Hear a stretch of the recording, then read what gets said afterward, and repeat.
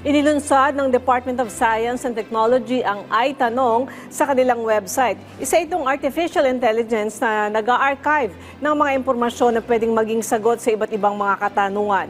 Ma-report si Isaiah Mirafuentes.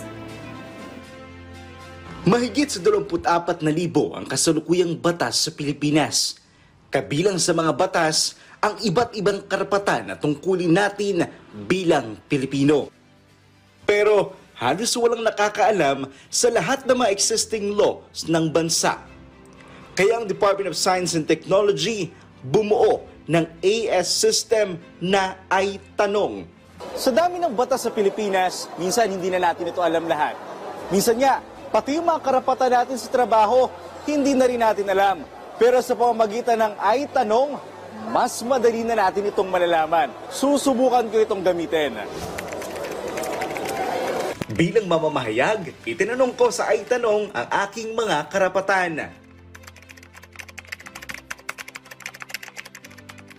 At makalipas ang 5 segundo, nasa harap ko na ang lahat ng sagot.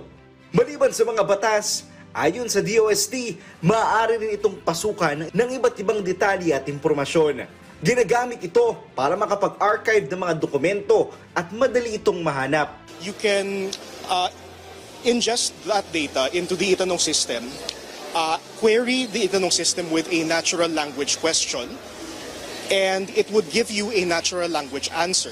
Maliban sa iTanong, makikita rin sa isang exhibit sa AI Festival sa Iloilo City ang iba't ibang obra na gawang artificial intelligence.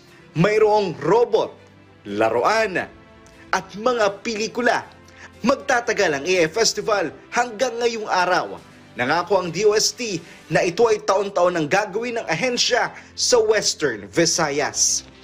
Isaiah Mirafuentes para sa Pambansang TV sa Bagong Pilipinas.